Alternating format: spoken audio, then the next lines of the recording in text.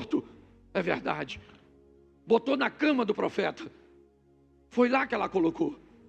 Porque, você lembra quando ela recebeu o profeta? Você lembra para quem aquele quarto foi construído? Lembra? Vejo que este que passa por nós é um santo homem de... Ela fez um quarto para Eliseu? Não, ela fez um quarto para Deus, o Deus que estava em Eliseu.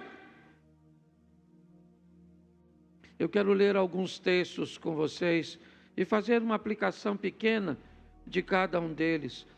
E nós vamos começar pelo Evangelho de Mateus, capítulo 6, verso de número 1. Nós vamos do 1 ao 6. Evitem praticar suas obras de justiça diante dos outros para serem vistos por eles. Porque sendo assim, vocês já não terão nenhuma recompensa junto ao Pai de vocês, que está nos céus. Quando, pois, você der esmola, não fique trocando trombeta nas sinagogas e nas ruas, como fazem os hipócritas, para serem elogiados pelos outros. Em verdade lhes digo que eles já receberam a sua recompensa. Mas ao dar esmola, que a sua mão esquerda ignore o que a mão direita está fazendo, para que a sua esmola fique em secreto, e o seu Pai, que vê em secreto, lhe dará a recompensa. E quando orarem, não sejam como os hipócritas, que gostam de orar pelas sinagogas e nos cantos das praças para serem vistos pelos outros. Em verdade lhes digo que eles já receberam a sua recompensa. Mas, ao orar, entre no seu quarto e, fechada a porta, ore ao seu Pai que está em secreto, e o seu Pai que vê em secreto lhe dará a recompensa. Feche seus olhos. Senhor nosso Deus e Pai, em nome de Jesus, eis aqui a tua palavra. Continua falando conosco e usa-me como um canal de bênção nesta hora, pelo poder do nome de Jesus. Amém? Isso. O texto que eu li fala da importância de um ambiente secreto, de um ambiente onde a visibilidade, ou pelo menos o reconhecimento das pessoas, é muito baixo. Me parece que esse é um dos ambientes mais poderosos que um cristão, que um crente pode frequentar. Você vê que nós vimos alguns exemplos na recomendação do próprio Jesus, de como nós deveríamos nos esquivar de fazermos determinadas coisas e desejarmos o reconhecimento, seja dar esmola ou abençoar outra pessoa, oferecer a ela um donativo ou até mesmo a nossa oração. Todo o texto que eu li nos remete para um ambiente que Jesus fecha no verso de número 6. Quando ele diz: quando você for orar, entra no seu quarto e fecha a porta. De portas fechadas, você vai orar ao Senhor. Eu quero expor a vocês alguns textos hoje que mostram os ambientes de milagres feitos de portas fechadas, com poucos espectadores, com poucas pessoas tendo acesso. Coisas que aconteceram na intimidade, porque envolviam um grupo pequeno de pessoas, ou situações extremamente desafiadoras. A minha preocupação hoje está concentrada em não oferecer promessas cujas quais Deus não irá cumprir, não porque não pode fazê-lo, mas simplesmente porque não disse que faria. Quando entendemos ou encontramos esse ambiente, que poderíamos talvez dizer de tão fechado e escondido, poderíamos chamá-lo do esconderijo do Altíssimo, aquele ambiente onde ele é dividido por você e Deus, ou talvez alguns dos seus, onde você vai tratar de coisas dificílimas, de situações extremamente desagradáveis, que podem variar de problemas financeiros, de problemas de saúde, paixões inadequadas.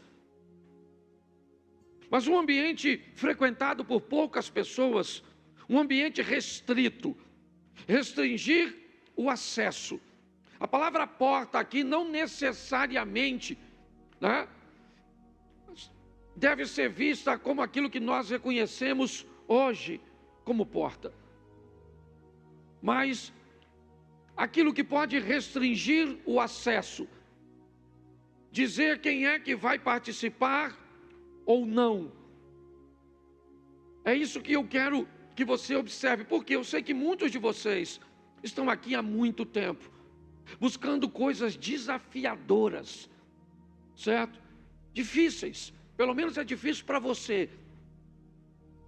E talvez o cansaço, a exaustão já esteja tomando conta de você. Como o Miranda veio aqui falar de oferta, falando de automático, quantas pessoas às vezes acabam entrando por essas portas? Por quê? Porque é dia de culto. Mas hoje não é dia de culto, gente. Então, porque é dia de culto, eu vim, tá bom. Mas qual é o seu propósito de vir cultuar ao Senhor? Eu não sei. Ou então eu me tornei um pedinte espiritual. Todas as vezes que venho, certo? Minha mão está estendida para que Deus possa agir em meu favor.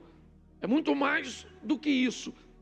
E existe um ambiente, existe um lugar que eu posso construir, que você pode construir, frequentado por poucos, que muitos não devem fazer parte, mas que é o lugar onde o milagre pode verdadeiramente acontecer. Talvez não no modelo cujo qual nós gostaríamos, mas esse texto, ele nos narra esse ambiente, o secreto, um ambiente onde o que a mão direita ou a esquerda vai fazer, nem a direita ela deve saber.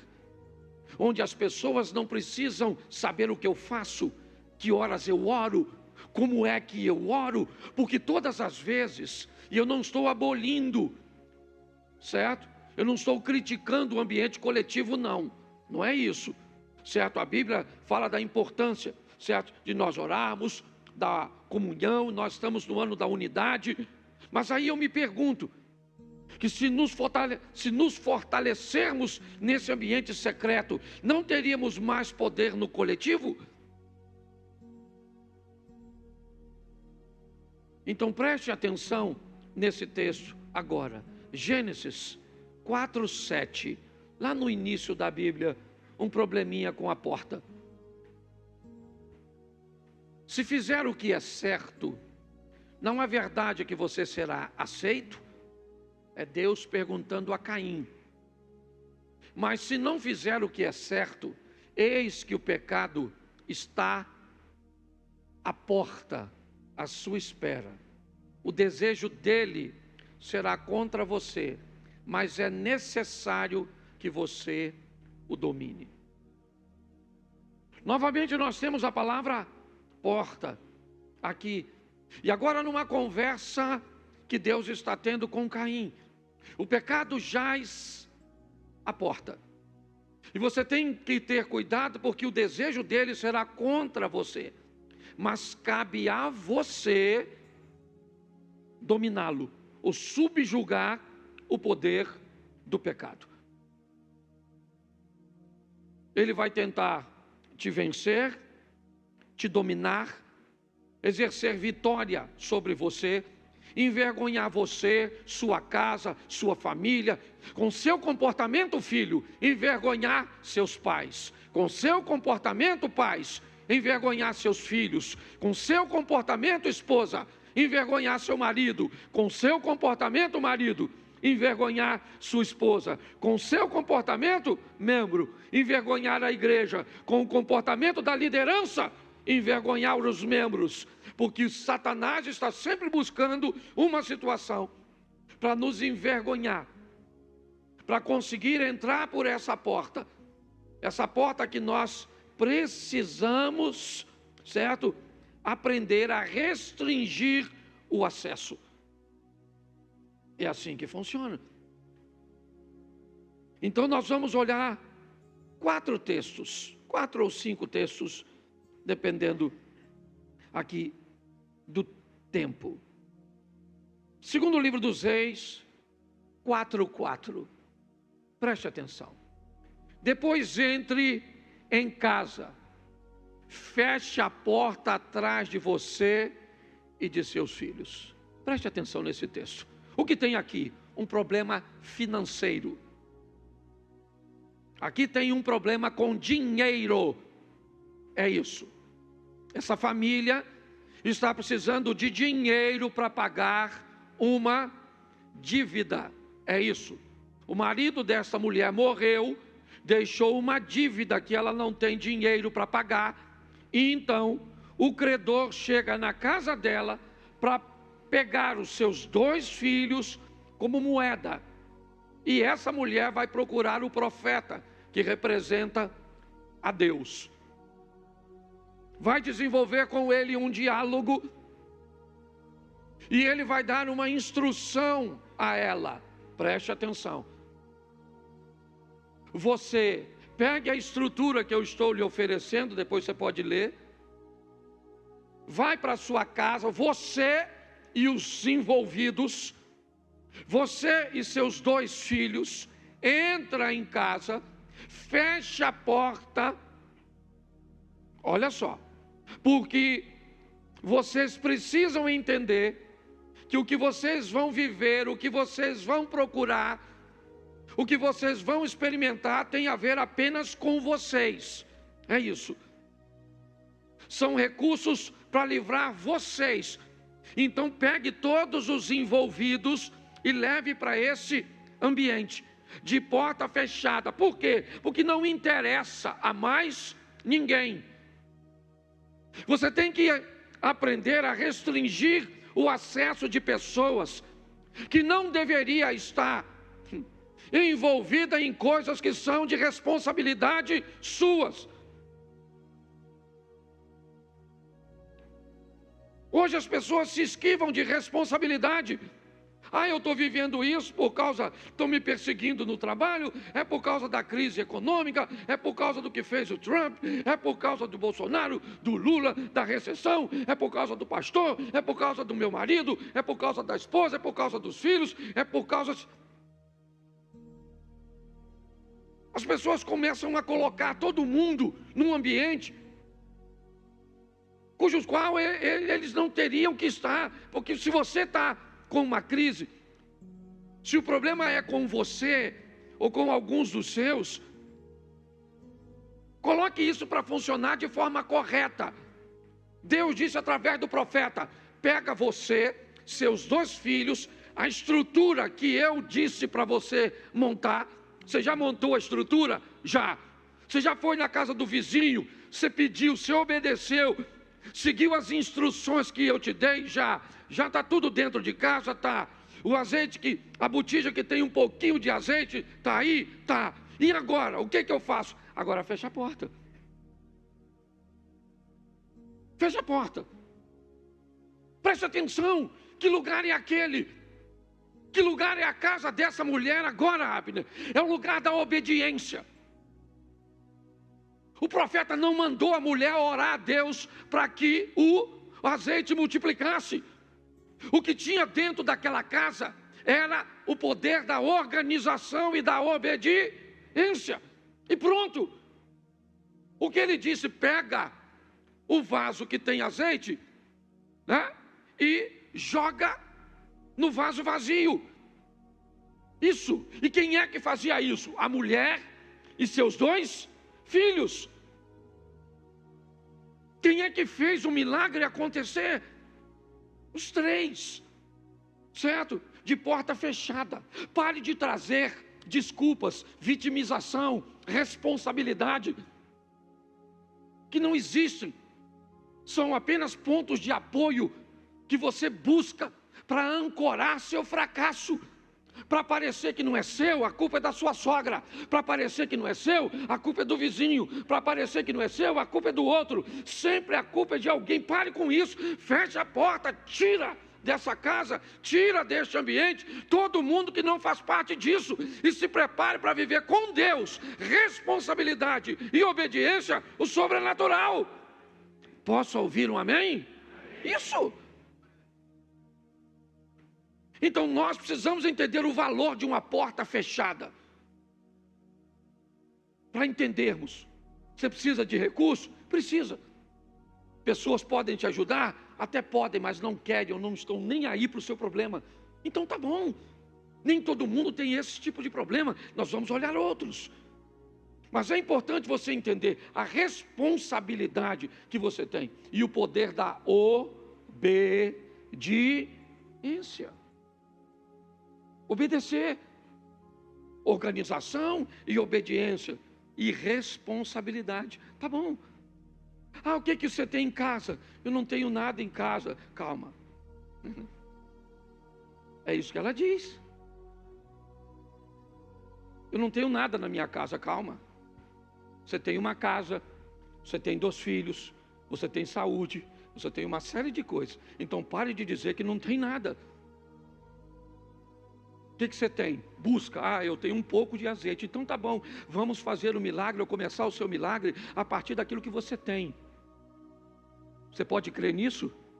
Você está esperando algo extraordinário, pirotécnico, sensacional, e Deus está esperando você se responsabilizar, se organizar, fechar a porta, obedecer e viver o incrível, o sensacional e extraordinário. Vamos para o segundo texto? Coloca para mim. Ainda no capítulo 4, verso 21.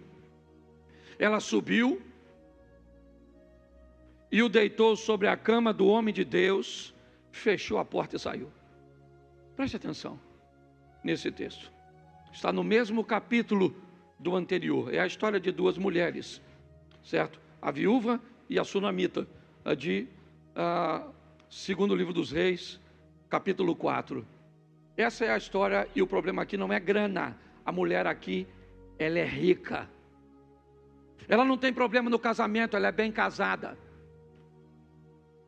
Ela é extremamente conectada com seu marido. Tudo que vai fazer, eles fazem juntos, compartilham, são parceiros, são amigos, são amantes, são sócios. É um casamento extraordinário, é verdade. Mas ela tem um problema. O filho dela morreu. E toda a grana que ela tem, não pode trazer o filho de volta. Então ela vai ao mesmo profeta, a Eliseu. Mas antes de ir, ela vai deixar seu filho em casa. E me parece, pelo menos o texto me indica, que ela não contou nem para o marido.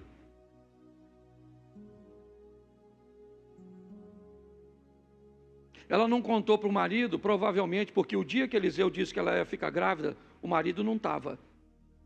Só chamou ela na porta. Então ela sabe que a responsabilidade é dela. Ela chama o marido e diz: eu preciso encontrar. Manda preparar um jumento para mim. Manda preparar um transporte, porque eu preciso falar com o profeta. Ele diz: hoje não é sábado nem lua nova. É o que o marido diz para ela, o que indica que provavelmente ele não sabe o que está acontecendo, porque ela fechou a porta. Botou o filho morto na cama e fechou a porta. Olha isso. Lá dentro tem um problema que ela vai resolver com o profeta lá fora. E aquele problema não interessa a mais ninguém. Ela chama a responsabilidade para si. E ela vai lá falar com o profeta, com o homem de Deus, que representava o próprio Deus aqui na terra. Pois era assim que funcionava naquela época. E quando ela vai atrás dele, ele manda o seu assessor na casa dela. Ela diz: não, senhor, lá em casa vai o senhor. A porta está fechada. Eu vim aqui para levar o senhor para a minha situação. O que eu estou vivendo ninguém pode resolver. E eu não vou ficar conversando com ninguém. Você lembra quando ela está chegando perto? Eliseu diz para Geazi, vai lá e pergunta a ela, o que está acontecendo? E ela perguntou, vai bem contigo? Vai bem com teu filho? Vai bem com teu marido? E ela respondeu o quê? Por que ela respondeu vai bem? Ia bem sim ou não? Ia bem sim ou não? Mas ela disse que ia bem? Por quê? Porque ela não queria perder tempo. Ela não queria contar seu problema para quem não resolve. Para de murmurar, para de reclamar, certo? Vá direto, fecha a porta. Você está entendendo? Coloque seu problema, você, seu problema e Deus. E Deus é o Todo-Poderoso, misericordioso, Ele te ama. Você é filho, você é filha dEle. Está na hora de você viver o incrível, o sobrenatural, o extraordinário. Não porque alguém prometeu ou profetizou na sua vida isso, mas porque você resolveu e descobriu que há um endereço onde você é capaz de ficar sozinho, sozinha com Deus. E Deus se levanta do seu trono para agir em seu favor. Nós precisamos fazer isso. Agora o profeta está na casa dela. O menino está morto. É verdade. Botou na cama do profeta. Foi lá que ela colocou. Porque, você lembra quando ela recebeu o profeta? Você lembra para quem aquele quarto foi construído? Lembra? Vejo que este que passa por nós é um santo homem de... Ela fez um quarto para Eliseu? Não, ela fez um quarto para Deus, o Deus que estava em Eliseu.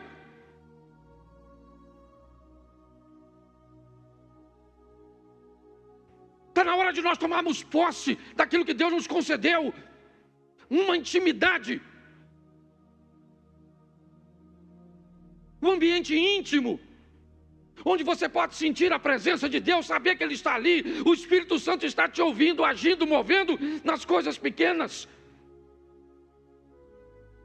Ele pode resolver coisas que envolvem dinheiro, sim. Já vimos isso no texto anterior. Mas agora não. Agora é aquilo que o dinheiro não pode resolver. Nós precisamos entender isso. O poder da porta fechada. Da porta fechada, não tem problema. Você quer orar no monte, ore. Você gosta de orar num montão de gente, você gosta. Faz o que você quiser, mas aprenda uma coisa. Um ambiente onde está você e Deus é o mais poderoso para você. Para você. Tá certo? Então se fortifique nesse ambiente. E depois você pode compartilhar. Não tem problema nenhum não. Mas é importante você entender isso. Vamos para o terceiro texto? Marcos 5:37. Jesus não permitiu que ninguém o acompanhasse, a não ser Pedro e os irmãos Tiago e João. Jesus fecha a porta ao ir para a casa de Jairo, o chefe da sinagoga. Jesus acaba de desembarcar em Cafarnaum. E ao descer em Cafarnaum, Tabita, ele desembarca e o Jairo vai abordá-lo, chamando para que Jesus fosse à sua casa. Eu preciso que o senhor dê um pulo lá na minha casa. Então Jesus está envolto numa multidão. O que tem na casa de Jairo? Jairo mesmo disse, minha filha está morrendo. Minha filha está morrendo e Jesus está aqui e está indo para a minha casa. O que o pessoal vai fazer? Nós vamos lá para vermos isso. Então não tem nada de errado nisso. Todo mundo quer ver o que vai acontecer, até porque é o influente chefe da sinagoga. É Jairo. Jairo vai perder o cargo, vai perder tudo por causa disso. Ele não vai ser mais o chefe da sinagoga, porque se humilhou a pedir ajuda para o filho de um carpinteiro. Mas ele não quer saber, o que está em jogo é o futuro de sua família, é a sua filhinha, então ele vai. Quando Jesus está próximo à casa de Jairo, porque é bem pertinho, muito mais, Jesus desembarca aqui, provavelmente andou até a Praça da Mantiqueira, certo? 50, sei lá, 70 metros, a casa da sogra de Pedro, as ruínas da sinagoga de Jairo, certo? E também Jairo não deveria morar muito longe dali, é tudo muito próximo, né? Quando você vai olhar tudo isso. E de repente Jesus diz: não vai todo mundo comigo não. Jesus fecha a porta, não uma porta física, com uma fechadura, com uma dobradiça, não, ele fecha a porta de acesso. Ele diz: não vai ninguém. Ô Jairo, avisa aí, ó, da minha turma só vai Pedro, Tiago e João. Eu resolvo com a minha turma, você resolve com a sua. Então dessa turma aqui, ó, eu fechei o acesso. Preste atenção. Agora não é uma porta física, não. Jesus está proibindo o acesso, dizendo: eu não quero que esteja comigo num ambiente pessoas que não têm nada a ver com aquilo que eu vou fazer. É isso. Ele está afastando dele um bando de curiosos, de pessoas que não têm nenhum envolvimento, que não têm responsabilidade nenhuma. Você consegue entender isso? É muito importante que nós eliminemos essas pessoas, removemos ou venhamos a remover o acesso dessas pessoas à nossa intimidade, às nossas demandas. Jesus disse: não vai, só vai comigo Pedro, Tiago e João, e pronto. E os outros discípulos não vão, e acabou, não vão. Jesus fechou a porta para alguns que ele achava que não deveria estar lá.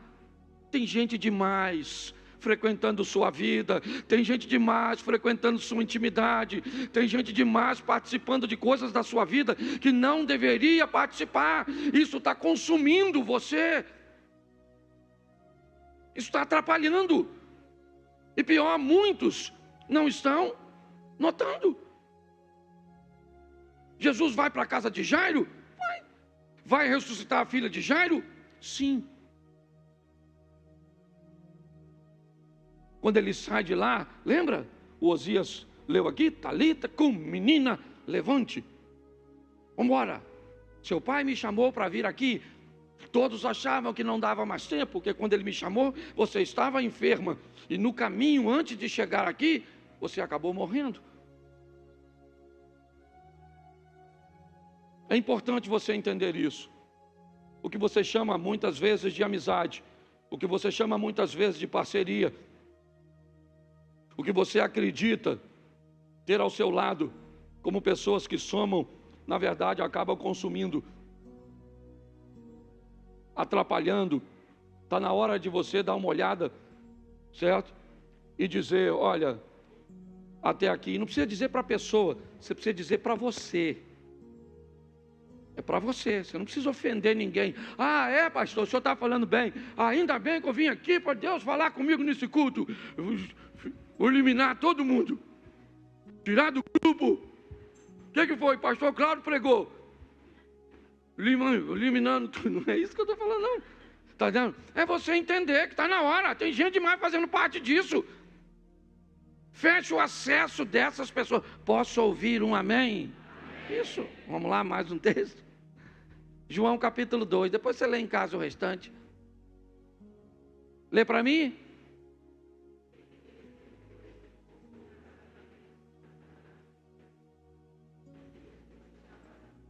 Isso. 3 dias depois houve um casamento em Caná. Eu gosto muito dessa passagem, porque ela me dá a ideia de uma porta. Ok? Aqui eu não tenho uma porta explícita, mas ela me dá a ideia de uma porta que divide 2 ambientes. Um ambiente que nós queremos que todos vejam, e um ambiente que nós restringimos o acesso. Quando está tendo uma reuniãozinha na sua casa, com gente que não tem muita intimidade com você, você já notou que você procura manter essas pessoas na sala, onde normalmente a almofadinha está legalzinha, a cadeira que estava quebrada, você levou lá para outro lugar da porta, porque o pé estava meio bambo, certo? Normalmente, se o sofá tinha... Já sentou naquele sofá que parece que tem um, que vai levar você para outro planeta? Certo? Alguém vai botar alguma coisa ali para dar uma disfarçada, porque ali é um ambiente onde todos vão, mas do outro lado é um lugar de pouco acesso.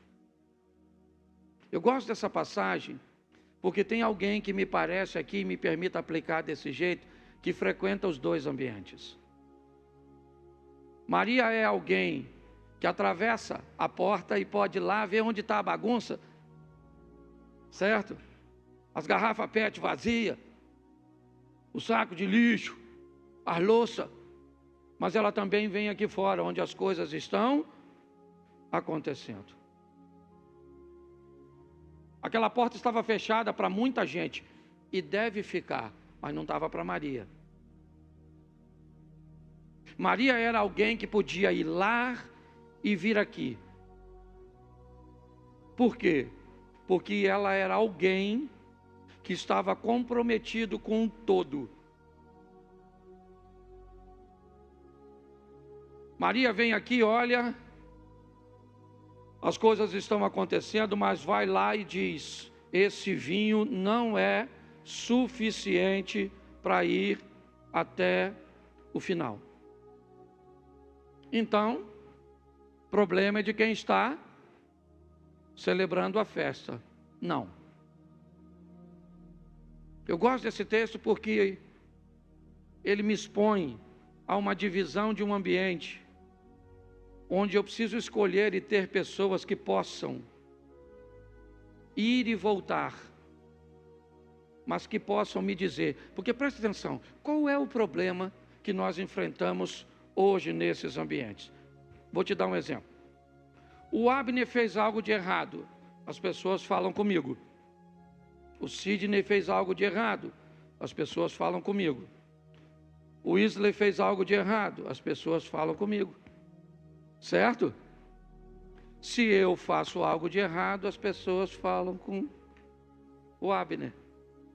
Ou seja, qual é a grande questão? Nós estamos precisando de gente que esteja comprometido com o todo. A maioria de nós estamos muito comprometidos conosco. Eu vou te falar o que está acontecendo, mas se alguém perguntar, não fala que fui eu. Mas eu só estou falando porque eu quero o bem-estar da igreja. Pô, você está de brincadeira. Você não está pensando na igreja, você está pensando em você. Porque se você estivesse pensando na igreja, quando você visse algo de errado, a primeira coisa que você faria era ir na pessoa e dizer para ela como é que funciona, com amor, com carinho, com respeito, sim ou não. Isso. Talvez seja muito difícil achar essas pessoas. Gente que tem coragem de dizer que pode, que está envolvida com a situação, sabe? Maria vai lá, vem aqui, a festa não é dela, não é Jesus que está casando, não é Judas que está casando, não é Tiago, irmão de Jesus, não é ninguém, não é nenhum de seus filhos que está casando, ela está lá, mas o texto diz, ela não precisou de convite, estava ali Maria, mãe de Jesus. A mãe de Jesus estava ali, olha o verso 2, Jesus também foi, Maria não foi, Jesus foi. Provavelmente ele foi convidado por causa dela. A família que estava celebrando era alguém próximo a ela. Mas quem ela é? Ela é uma pessoa valiosíssima nesse ambiente de portas fechadas, de poucos acessos. Ele é alguém que pode entrar do outro lado e ver, vem aqui fora, ver o que está acontecendo e não vai levar conversa para terceiro, não vai fazer fofoca, não vai fazer fuxico, porque nós não estamos precisando de gente para fazer isso. Nós precisamos de gente comprometida conosco. que torce por nós, que nos ajuda a vencer. Não adianta ter alguém do teu lado, é melhor ser dois do que um. Espera aí, vamos cuidado com esse segundo que vai vir para perto de você. O que nós precisamos entender aqui é que precisamos restringir, ou pelo menos selecionar, sabe? Ela é tão selecionada que ela não precisa de convite. Ela é alguém de casa, ela é alguém de perto. E quais são as qualidades de Maria nesse ambiente? Ela é alguém que pode frequentar a minha intimidade, pode saber quem eu sou, pode saber como eu fico nervoso, quando eu fico nervoso. Pode saber quem eu sou, certo? Nos meus negócios. É alguém que sabe. E mesmo há um tempo atrás, eu não estava bem, eu tinha chegado de viagem. E eu cheguei no trabalho, no sítio, e eu vi algo que não me agradou. Eu precisava usar, eu tinha uma ferramenta e eu tinha 5 baterias para essa ferramenta. E quando eu fui usar essa ferramenta, nenhuma das 5 baterias estavam carregadas. E aí, eu não estava bem, eu me explodi. Eu explodi, fui grosso, fui ríspido. E aí o rapaz que trabalhava comigo no dia seguinte pediu para ir embora, com toda razão. E eu achei que ele tinha razão de ir embora, porque eu fui grosso. Ele trabalhava comigo há quase 4 anos, e eu fui grosso com ele. Então eu não fui legal, eu não fui cortês. Eu nunca tinha agido daquele jeito, mas naquele dia eu agi. Então quando ele foi embora, obviamente que eu fiquei muito triste. E comecei a ponderar e perguntar se não era importante que eu me desculpasse e que pedisse a ele para que não fosse embora. E para minha surpresa, nas minhas orações, eu recebi uma instrução de Deus: não tenha perto de você pessoas que não são capazes de entender que você pode ter um dia difícil. Deixe ele ir embora, pague tudo a ele, peça perdão a ele, mas ele não deve trabalhar mais para você, porque ninguém que só é capaz de conviver com seu dia bom merece estar com você todos os dias, porque você nem sempre vai ter um dia.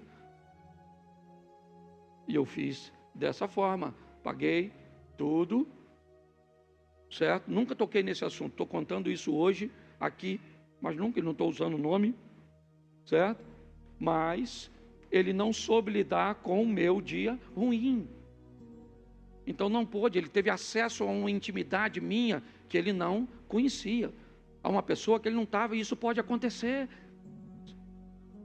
Por que é que você tem tantos problemas às vezes no seu casamento? Por quê? Porque seu cônjuge, certo? Ele vê o pior lado seu, ele também vê o melhor. Às vezes não valoriza, certo? Mas, e quem não sabe lidar com seu dia ruim, certo? Não está apto para viver com você. E é assim que funciona. Maria era alguém que podia cruzar essa porta, podia, porque tinha acesso. Eu não sei se Jesus tinha, não sei, mas provavelmente não tinha. Provavelmente Jesus aqui como ser humano não teria autoridade nem intimidade para cruzar aquela porta, porque eu não estou falando de coisas espirituais, gente, não espiritualiza.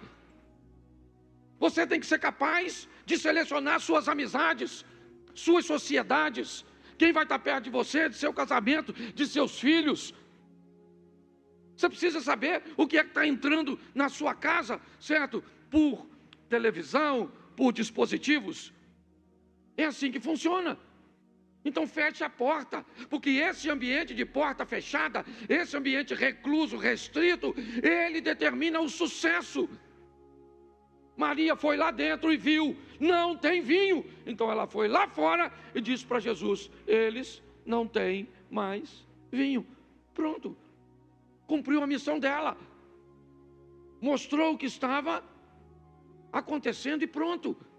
Então pare de abrir a sua vida para todos, para todo mundo. Pare de contar seus problemas. Chega na igreja e desabafa, e conta isso, e conta aquilo outro. Para gente que não tem nenhum compromisso com você. Feche essa porta, feche. Feche a porta da sua casa. Envolve seus filhos, envolve seu casamento. É só você. Eu não sei. Mas esse ambiente de porta fechada, ele é valiosíssimo, porque preste atenção. Jesus diz: entra, fecha a porta e ora ao teu Pai. E Ele vai ouvir, e pronto. É assim que funciona. A porta foi fechada, o azeite multiplicou. A porta foi fechada, o menino ressuscitou. Jesus fechou a porta dos curiosos, e a menina voltou à vida. É assim que funciona. A porta estava fechada de acesso? Sim, mas quem entrava tinha compromisso. E o último texto que eu quero usar com vocês é 2º livro dos Reis, capítulo 6, verso 15. O servo do homem de Deus levantou-se bem cedo, e ao sair, eis que tropas, cavalos e carros de guerra haviam cercado a cidade. Então o moço disse a Eliseu: ai, meu senhor, o que faremos? Preste atenção. A porta está fechada. O exército da Síria havia cercado Dotã, a cidade, o lugarejo onde Eliseu estava. Dentro da casa tem 2 pessoas: um jovem aprendiz e um experiente profeta. Dentro daquela casa tem 2 visões. A visão imatura de um menino que ainda está aprendendo a lidar com as coisas, e um homem amadurecido, forjado ao lado nada mais nada menos do profeta Elias. Esse é Eliseu, um homem forte, firme. A porta está fechada. O exército não invade à noite, seguindo ordens do rei da Síria. Espera amanhecer para invadir e capturar Eliseu. Agora o rapaz abre a porta. E quando ele olha para fora, ele vê o exército da Síria, carros, cavalos e cavaleiros. Ele está olhando, fez a leitura, e logo depois sai Eliseu pela mesma porta. Ele vê a mesma coisa que o rapaz. Ele olha, está lá o exército da Síria, carros, cavalos e cavalheiros. 2 pessoas olhando a mesma coisa. É o que nós temos. O rapaz aprendiz, o iniciante aqui, olhando os inimigos, e o homem de Deus, maduro, forjado, olhando aqui. Aqui você encontra um homem firme, seguro, tranquilo, estável. Aqui você encontra um menino desesperado, achando que não tem mais o que fazer, que tudo acabou. Os 2 estão olhando para a mesma coisa, para o mesmo lugar, e estão vendo coisas diferentes. Qual é a diferença entre as 2 visões? A experiência, o relacionamento, a intimidade. Nós temos a visão de um menino ou de uma menina, a visão de uma menina sobre casamento, uma menina sobre intimidade, a visão de um menino sobre casamento, sobre fidelidade, sobre compartilhamento. Nós temos a visão infantil de um rapaz aqui. Simplesmente ele é novo, ele não tem experiência. Ele está olhando, certo? E o que ele está vendo o desespera. Aqui do outro lado não tem menino. Aqui tem um homem. Um homem que vai olhar para o casamento como homem e não como um menino olha para casamento. Aqui tem uma mulher, né? Me permita. Aqui tem uma mulher firme, forte, uma mulher de Deus, olhando para a situação. Como estão seus filhos, como está sua situação financeira. Aqui tem uma menina. Então a situação é a mesma. Mas quem enfrenta são duas pessoas diferentes. Então a reação aqui, quando essa porta se abre, determina o que vai sair lá de dentro. E aí vem a pergunta: quando o exército cerca a sua casa, a sua vida, e você sai, quem é você? Você é Geazi ou você é Eliseu? Você é um homem de Deus ou você é um menino? Você é uma mulher de Deus ou você é uma menina? Pare e pense. Será que você, Eliseu, não olha para seu filho com 12, 13, 15, 8 anos, 17, 19, e não é capaz de reconhecer, Eliseu, que esse menino não é Eliseu, ele é Geazi, ele é um garoto, que ainda tem muita coisa a aprender, que precisa de você? Será que você não consegue ver isso, mulher de Deus? Que essa menina é uma menina. É verdade? E você quer que... Como é que funciona? Você vai continuar olhando o dinheiro como um garoto? Como um menino? Você vai continuar olhando sua vida com Deus como uma menina? Como uma garotinha? É isso? Então é isso. Se alguém fizer alguma coisinha na igreja, você quer ir embora? Então se as coisas não acontecem como você quer, se o modelo não é o seu, você quer ir embora? Isso define sua maturidade, quem você é. Porque quando a porta se abre e o problema fica escancarado, nós vamos saber o que vai se revelar, o que foi formado em portas fechadas. O desespero do rapaz e a segurança do profeta. A diferença da menina para a mulher. Não quero saber sua idade. Não estou falando de idade aqui não. Ainda que eu acho que pessoas muito novas não conseguem ter uma maturidade, né? Ela precisa de mais tempo. Mas a grande verdade é essa. Mas tudo isso é formado lá dentro. Mas pastor, lá dentro onde? Onde? Onde é só você e Deus.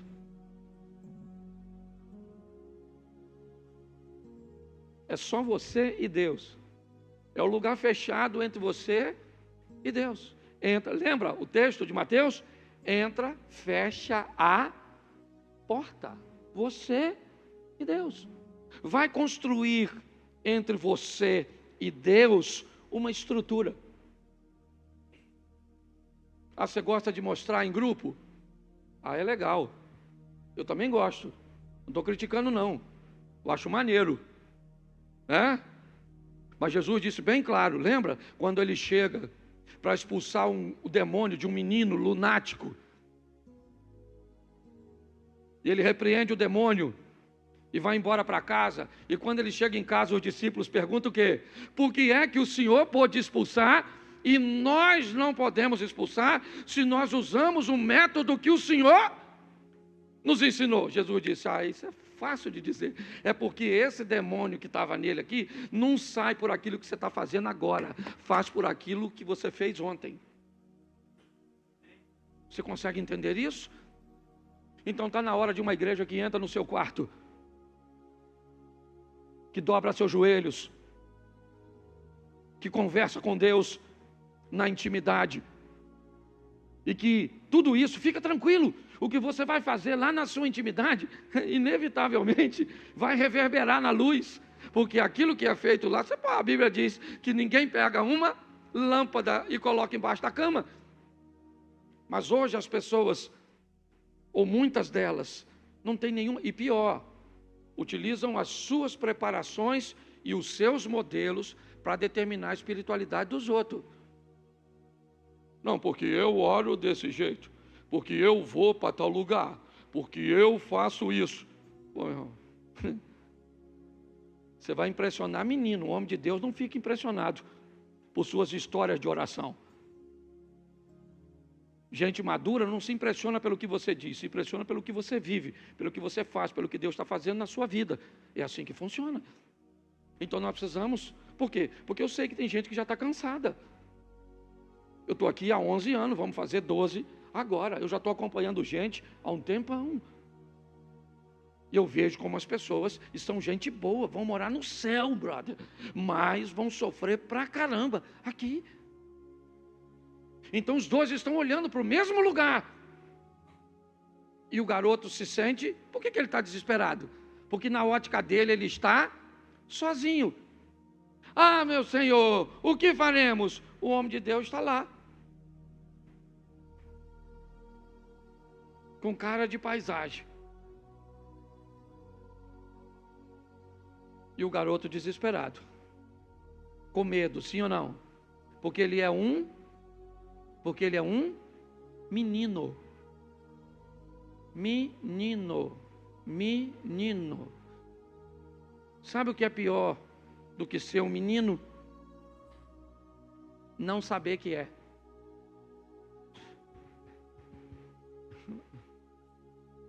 Você sabe uma das coisas mais poderosas de quem lê e de quem estuda? É o reconhecimento de que não sabe basicamente nada. Por isso continua lendo, por isso continua estudando. Porque quanto mais você sabe que, agora preste atenção, quanto menos você sabe, mais você acredita que sabe. Por isso que a tendência do burro, e me permito usar essa palavra agressiva, é ficar mais burro, porque ele pensa. Por quê? Certo? Porque ele pensa que sabe. E quem sabe, sabe que sabe alguma coisa, mas que ainda tem muita coisa para saber. É assim que funciona. Então, olha só, é a maturidade. O garoto está olhando e Eliseu está olhando. Mas quem é o garoto? O garoto é o aluno do Eliseu. Para de tremer, garoto. Frouxo. Foi isso que Eliseu falou? Não. Senhor, está na hora. Deixa esse menino ver. Mostra para ele que o Senhor está presente. O Senhor estava presente, sim ou não? O garoto via? Eliseu via? O garoto via? Eliseu via? O garoto via? Eliseu via? Isso aí. Porque na hora da luta tem gente que vê e tem gente. E quem não vê está desesperado. E quem vê? Quem vê? Parece que você fumou.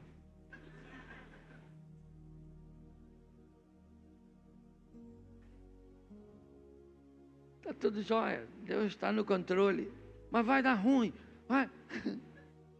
Não vai não. Eu brinco com isso aqui. Já fiz diversas vezes. Que eu fico imaginando na minha cabeça, quando eu fico lendo, eu fico imaginando o garoto, Geazi, tremendo assim, ó, olhando o exército. Eliseu era baixinho, ele era gordinho, calvo. E o garoto, eu imagino o exército olhando para os dois. Pensa, o garoto está com medo de morrer, e Eliseu provavelmente já morreu, porque não tem nem reação. Certo? Eliseu E aí eu gosto quando Eliseu ora, Senhor, pensa o garoto tremendo, pensa assim.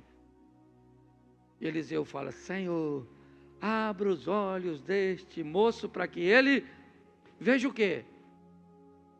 O que eu estou vendo, o que um cego não pode guiar outro cego. Entendeu? Abra os olhos deste menino para que ele... E aí ele olha, gente. E quando ele olha, quem ele vê? Deus, na figura de um exército para proteger os dois. Sim ou não? O exército já estava ali? Sim ou não? Então fala para quem está do seu lado, Deus já está contigo. É você que não está vendo. Geazi, fala, Geazi. Estou até chamando por ele, né? Provavelmente não era ele, mas estou usando o nome dele que é mais conhecido. Tá? Então, Deus está com você. Agora você tem que ver, restringir o acesso, que às vezes é tanta gente na sua vida que você não está vendo. Estão roubando sua atenção. E aí Eliseu ora. E quando Eliseu ora, o menino vê. Agora o menino parou de tremer, provavelmente. Deve ter falado. Estava aí antes, Eliseu. Não estava vendo não, pô. Por isso que você estava tranquilo. Os carros, cavalo de fogo. Caraca, maluco. Que isso, hein, Eliseu? É. Vem aí. Não, pode vir agora. Chega aí, cavaleiro de fogo. Parece até esses filmes de terror, não parece o cavaleiro sem cabeça? A minha cabeça fica pensando nas coisas. Só Jesus. Um dia eu vou esclarecer isso na glória. Eu vou querer saber como é que era esse negócio. Pensa. E pior, olha só, Eliseu agora faz o seguinte: Senhor, abra os olhos dos meninos. Deus abriu? Abriu sim ou não? E olha o que Eliseu fala agora. Agora, Senhor, fecha os olhos desse exército. Ó, orou para abrir de um. Isso até é dono de ótica. O cara preocupado com a visão. Tá certo? Escute só. Agora, eles continuam enxergando. Eles só não têm um entendimento. E sabe onde Eliseu conseguiu tudo isso?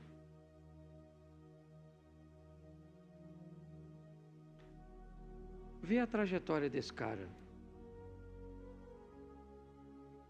Arando, quando de repente Elias passa, Eliseu diz, eu preciso me despedir da minha família, porque eu não vou voltar mais, eu sei que o que Deus está me chamando é para um caminho sem volta, então eu não posso voltar para essa profissão, eu não posso voltar para esse ambiente, então me permita acabar com todo o vínculo que me mantém aqui.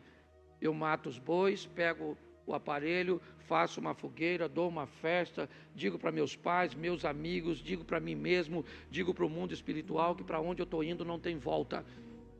Então ele faz isso. Dali ele vai a Gilgal, onde começa a trajetória, Gilgal, Betel, Betel, Jericó, Jericó, Jordão, Jordão, ele atravessa, certo? E vai receber de Deus a unção. Uma vida, pelo menos no que diz respeito a pessoas e proximidade, as portas de Eliseu estavam bem fechadas. Bem fechadas. Era alguém acessível, é verdade, pois esse Eliseu era aquele que fez parte da história das duas mulheres de 2 Reis, capítulo 4. Mas aprenda a se relacionar com muita gente, mas deixar poucas pessoas atravessarem aquela porta. Quanto mais seletivo você for com aquela porta, onde em João 2 somente Maria é citada, me parece, transitando nesse ambiente, mais sucesso você vai ter. Quer ir em ambiente de orações? Vá. Eles são ótimos, excelentes. Não critique quem não vá.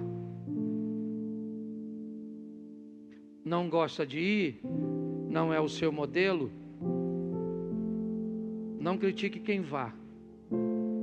Tem gente que vai receber lá, tem gente que vai receber aqui, tem gente que vai receber, né, numa vigília, no monte. E olha, tem alguém orando, deixa orar, mas é no secreto. Vai ao monte sozinho, beleza. Criou aquele ambiente que é só seu, é o seu quarto. Tem esse momento, porque é Ele que tem sustentado as pessoas que eu tenho visto. Termino aqui: 1000 cairão ao teu, 10.000 à tua. Então preste atenção nesse texto. Bom, 10.000 cairão ao meu lado, ou 1000 cairão ao meu, lado, 10.000 a minha. Então preste atenção. Se esse texto está junto, e 1000 cairão ao teu lado, e 10.000 à tua direita, isso significa que 1000 caiu para que lado? 1000 caiu para que lado? 1000 cairão ao teu, 10.000 à tua, mas você, preste atenção. Na Bíblia, a esquerda e a direita têm um grande significado. Os que estão à direita, principalmente sentados à mesa na hora da refeição, eram pessoas, quanto mais próxima da direita para a esquerda, mais honra se tinha. E quando a Bíblia diz que cai mais gente para a direita, Abner, do que para a esquerda, aliás, 10 vezes mais. 1000 caem à minha esquerda. Ou seja, aquelas pessoas que nós esperamos que realmente que caia, que vemos que tem uma vida que às vezes não é das melhores, elas estão caindo para a esquerda. São as pessoas que, aqui me permita, estão afastadas, estão distantes, estão sem um norte. Mas tem muita gente caindo para a direita. Tem muita gente na igreja caindo. Tem muita gente na fé caindo. Esse é um alerta para nós. Por isso, nós fazemos parte de que grupo? Do da direita. Eu não estou falando de política, certo? Aqui no texto, porque hoje tem que ter cuidado. Nós fazemos parte aqui.